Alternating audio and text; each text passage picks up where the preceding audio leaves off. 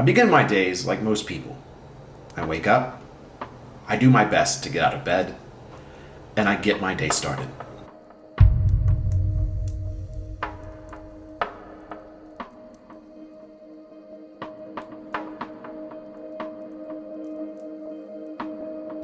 But first, I need coffee. A lot of coffee.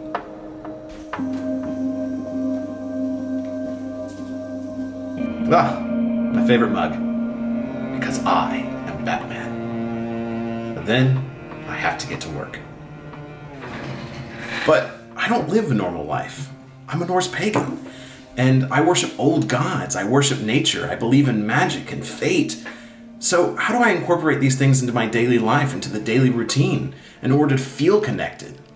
That's exactly what I'm going to be talking about in today's video, where I'll be talking about my daily practices as a Norse pagan.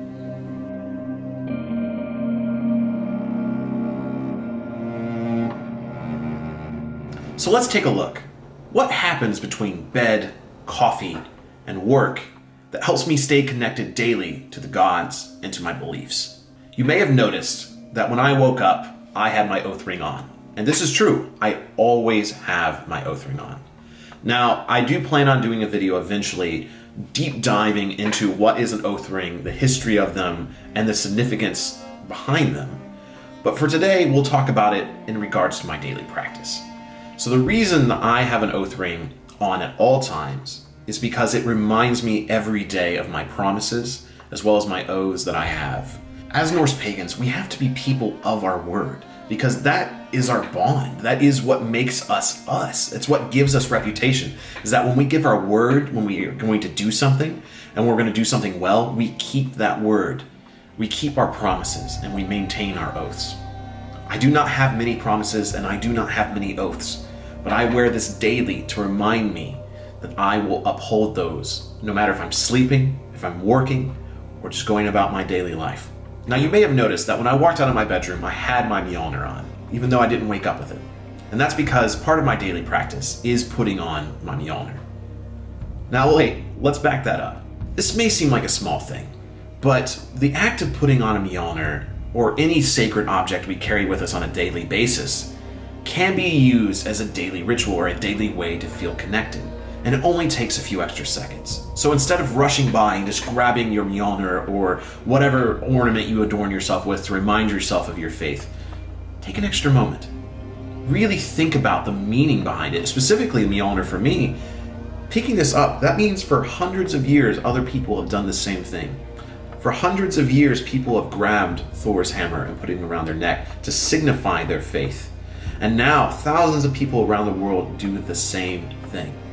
It's a powerful thought. But it's also a moment to reflect on what this means, on what wearing this around our neck signifies. It shows us the guidance of Thor, the guidance of strength, but also the protection of the gods, so that others know, that other spirits, other deities, other people know that we are protected by some of the oldest gods in all of Midgard. So I like to reflect on this strength. I like to reflect on this guidance. But I also like to be thankful for the protection that the gods provide me when I put on the Mjolnir every morning. This next practice I do may once again seem very small and insignificant, but when done weekly, when done daily, it gives me more time outside. And that's because I simply take my cup of coffee, I go outside, and I enjoy it. I've been part of the lifestyle where you grab your cup of coffee, you rush to work, or you do your commute, or you get your cup of coffee at work, and you just rush through it, and it's not even like you get to enjoy it. I love coffee. Whatever helps you wake up in the morning, take an extra moment to really enjoy it. I take about 10 or 15 minutes. I sit outside, no matter the weather. I just sip my coffee. And I observe the world around me. Really think about it. Could you not benefit from 10 more minutes of views like this every single day? While I understand that it may be difficult for some people to go find nature, not everyone has nature right outside their door like I do, but nature is such an important part of this faith, and so finding somewhere that you can just escape for just a few minutes every day is going to make a huge difference in this faith. You need nature as a pagan. It's something that it's so hard to separate yourself from. So whether it's a single tree, a bush, a patch of grass, or even a potted plant in your home, find somewhere that you can just disappear and reconnect to nature, even for a few minutes. If you do 10 minutes a day of just drinking your coffee outside like I do, that can give you more than an hour every week of extra time in nature. You can't tell me that that's not going to build and help you feel more connected throughout the weeks and the months and the year. If I'm feeling particularly disconnected, I will sometimes take my coffee out into my backyard, out into nature, and I'll just dig my feet into the ground. This is something that I always thought was kind of silly when I first started this path, is the idea of grounding, is the idea of, sticking your feet in the dirt, but it truly does help. And once again, even 30 seconds of this, a minute of this, just feeling your bare feet dig into the earth, it really adds up. It really makes you feel more connected to the nature around us. I think one of the most misguided expectations of this faith is that you're going to have all of these big, explosive moments with the gods, that you'll go outside every day and you'll see a raven carrying a branch, or Odin himself will descend down, or you'll hear thunder every day, or a butterfly will land on your hand as you drink your morning cup of coffee. But this isn't true. This is so far from what this religion really is. Yes, you're going to have these big moments. I've had many big moments, but it doesn't happen every day. It doesn't happen every week. It may not even happen every month. For the most part, we live our lives as we normally do. But that's why this video exists, is to show you that every day we can bring a little bit more of the faith and a little bit more of the rhythm into our daily lives.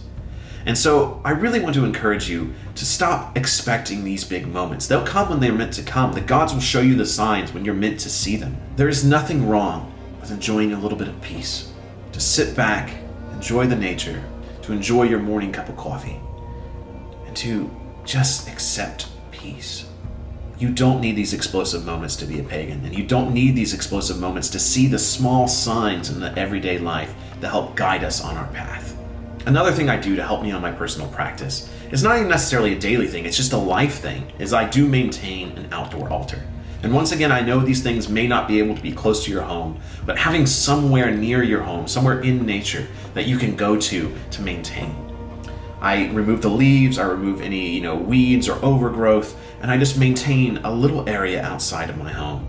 And I just, to me, that really just builds that connection, builds that bond between yourself and nature and the gods, the spirits all around you. It's just to maintain a space. Once again, that could be a farm, it could be livestock, be a garden. For me, it's just a small rock, outcrop I have near a tree. And for you, some people, it may just be a single little plant. I have this in my home as well. So if you can't have nature outside, if you can't have somewhere to maintain, get a plant. Maintain the plant, help it grow. I mean, most people can't keep a plant alive very long, and I'm surprised I've been able to keep this alive for several months. But just have something you can help maintain to help build that connection between you and nature. It'll really help, and it's really helped me.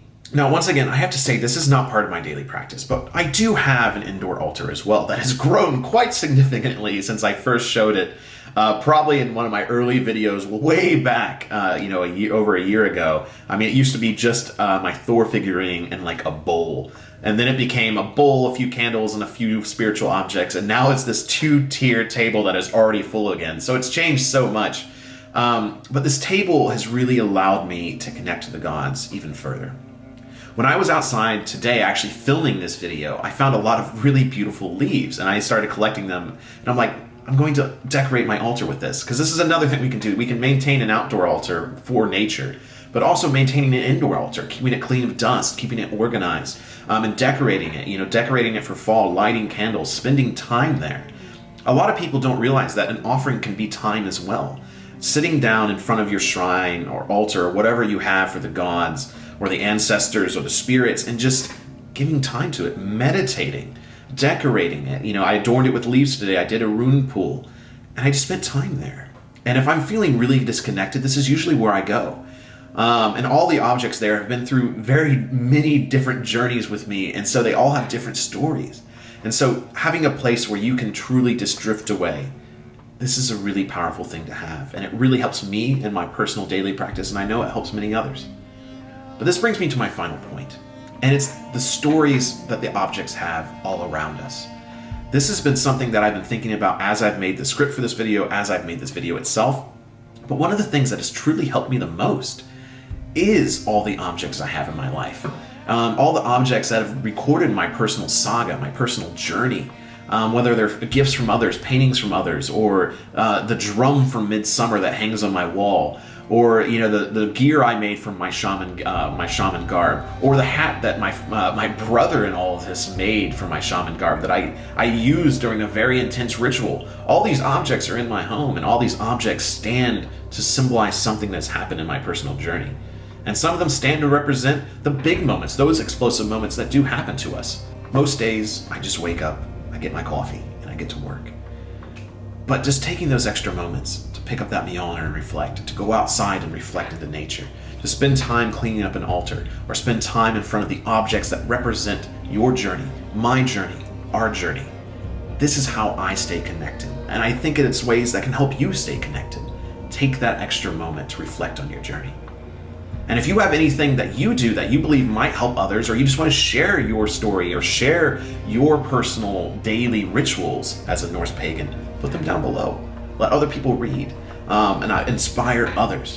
One of the hardest disciplines of this faith is learning how to stay connected outside of these big moments, learning how to stay connected through the monotony of life. I hope by sharing my personal practices on a daily level, it has helped you and inspired you to create your own and to strive for peace and connection to the gods and the world around us. So folk, until the hall, Skål.